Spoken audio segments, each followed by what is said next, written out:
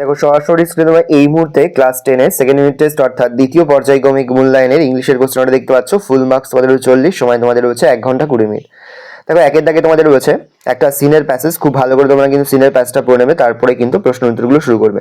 দেখো তারপরে রয়েছে একের দাগে তোমাদের প্রশ্ন, choose the correct alternative to complete the following sentence. এখানে তিনটি প্রশ্ন দেওয়া রয়েছে, প্রশ্নের মান 1 করে 1 × 3 = 3।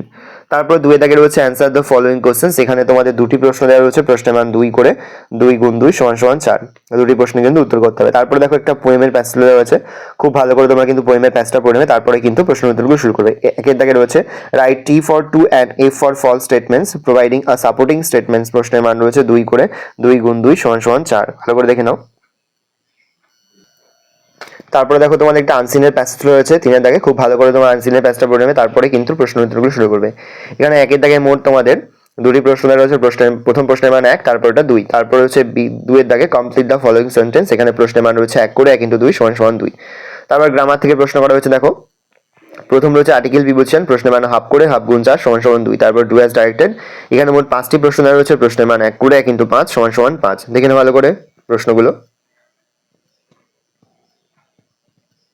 দেখো নেক্সট তোমাদের রয়েছে 6-এর দাগে মোট দুটি প্রশ্ন, প্রশ্নের মান রয়েছে 1 করে 1 × 2 = 2। তারপর রয়েছে রাইটিং স্কিলের মধ্যে রয়েছে paragraph writing, write a paragraph on science in the daily life.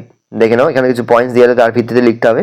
এই রোজ টোটাল তোমাদের সেকেন্ড ইউনিট টেস্ট অর্থাৎ দ্বিতীয় পর্যায়ক্রমিক মূল্যায়নের ক্লাস 10 এর ইংলিশের প্রশ্নপত্র। ভালো করে প্রশ্নপত্র দেখে নাও।